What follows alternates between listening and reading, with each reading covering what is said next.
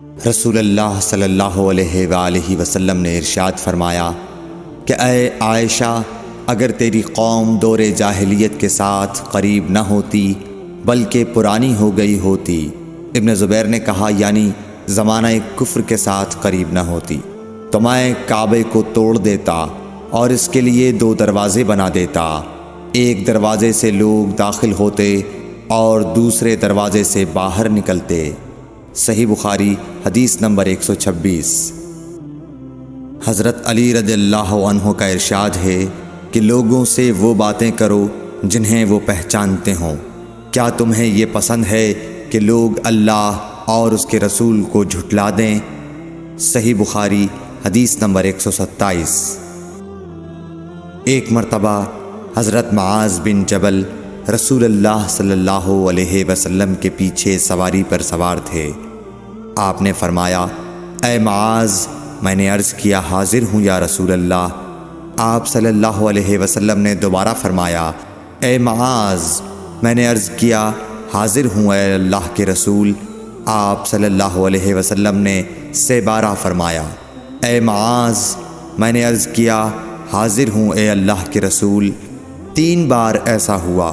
اس کے بعد آپ صلی اللہ علیہ وسلم نے فرمایا کہ جو شخص سچے دل سے اس بات کی گواہی دے کہ اللہ کے سوا کوئی معبود نہیں ہے اور محمد صلی اللہ علیہ وسلم اللہ کے سچے رسول ہیں، اللہ تعالیٰ اس کو دوزخ کی آگ پر حرام کر دیتا ہے۔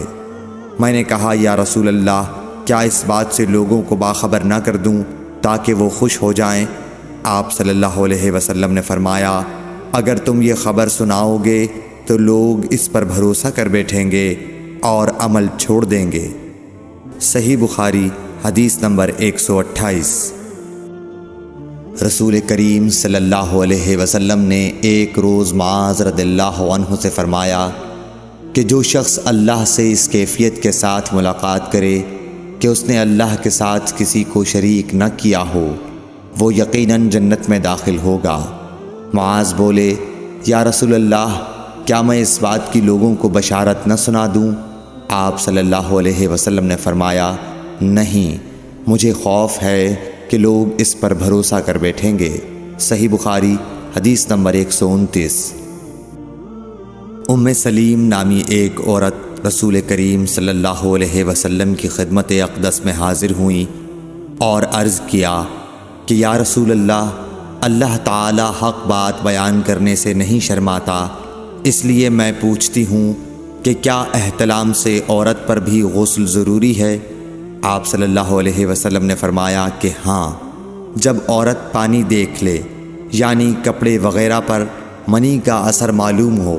تو یہ سن کر حضرت ام سلمہ رضی اللہ عنہا نے شرم کی وجہ سے اپنا چہرہ چھپا لیا اور کہا، یا رسول اللہ، کیا عورت کو بھی احتلام ہوتا ہے؟ آپ نے فرمایا، ہاں، تیرے ہاتھ خاک آلود ہوں، پھر کیوں اس کا بچہ اس کی صورت کے مشابہ ہوتا ہے، یعنی یہی اس کے احتلام کا ثبوت ہے۔ صحیح بخاری حدیث نمبر 130۔